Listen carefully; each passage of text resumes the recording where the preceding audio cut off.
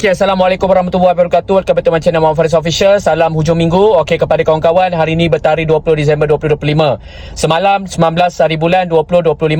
Okay, hari ini saya nak bagi tahu kepada korang, semalam pada jam pukul 11.20 malam, saya sendiri keluar ke kawasan Bandar Baru Nilai dekat dataran Dan dan juga kawasan-kawasan kedai-kedai lot-lot sewa dekat kawasan situ. Situ banyak kedai Cina, situ banyak kedai peniaga-peniaga, dan juga di atas tu kalau korang perasan, saya akan tunjuk kejap lagi adalah penetapan warga asing, warga Nepal, Bangladesh yang duduk penetapan dengan di Bandar Nilai. Okey, hari ini saya nak bagi tahu kepada Kementerian Kesihatan Nilai, Kementerian Kesihatan Seremban dan mana-mana pihak-pihak yang sepatutnya datang untuk buat spot check. Saya tengok kawasan ni dah hampir 3 bulan berturut-turut isu tikus tak pernah selesai.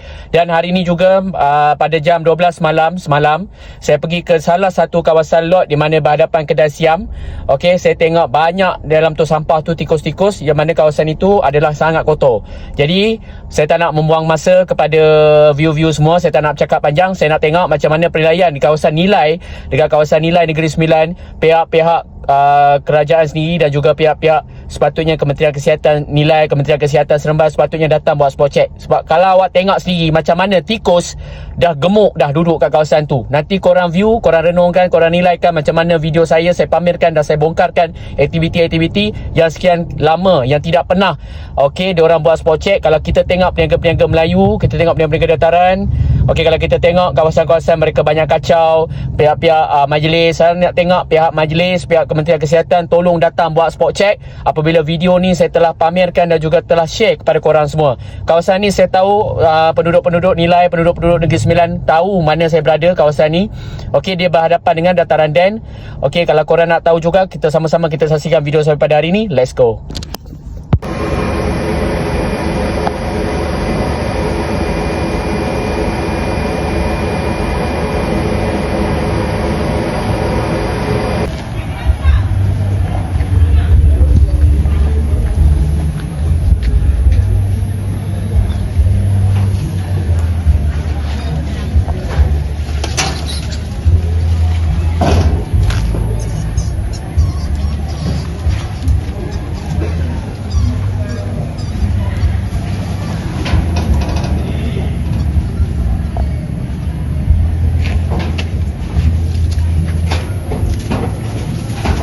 Banyak tikus guys.